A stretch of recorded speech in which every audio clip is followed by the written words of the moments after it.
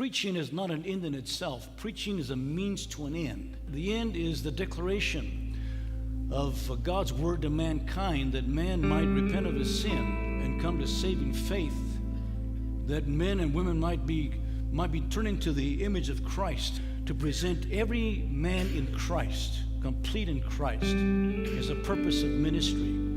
And preaching is a means to that end. Preacher, for us to preach, or teacher, for us to teach or preach a boring sermon is a great sin. We are entrusted with the oracles of God in our hands, are we not?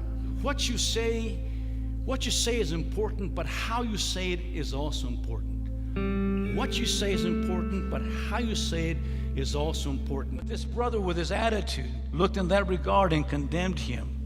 Look at verse 30 as well with me. Not only was he condemnatory, he was also callous. There's a certain callousness, a certain hardness that came over his heart. Oh, and that is so tragic. That is so tragic, that when we live in this way, that our hearts can become so hardened. When he said to him, "But this son of yours came, devoured your wealth." In essence, a sense of disowning the younger brother. He's not my brother. You're saying that he's my brother. No, he's your son. He squandered your wealth. He don't belong to me. He belongs to you. I've disowned him. He's your son. It's your wealth. There's a callousness where somehow we separate ourselves. He was no longer interested in his brother. You know, it seems to be that the father yearned for the younger son's return. He yearned for him.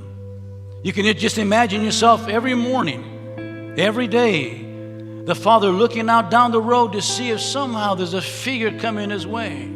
Every day looking down the path to see if somehow waiting and yearning and asking and God and somehow for the younger son to return.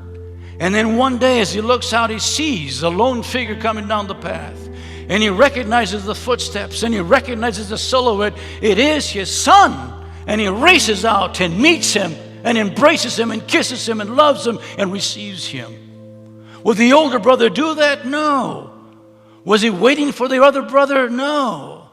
Was he wanting his other brother to come back? No. No. No.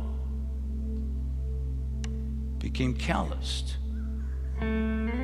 Was not even expecting his brother to repent. You know, people, we can give up on people. We can. Even we ourselves. Even here in this auditorium, we can give up on people and not even want them. That can happen to all of us. There's a certain callousness that can come over us. We don't want to be, we have no compassion for those that are lost. Look, my friend, don't lose your passion. Don't lose your passion. Don't lose your compassion. This brother did. May God help us is to love your brother. Love them all. And expect God to do something.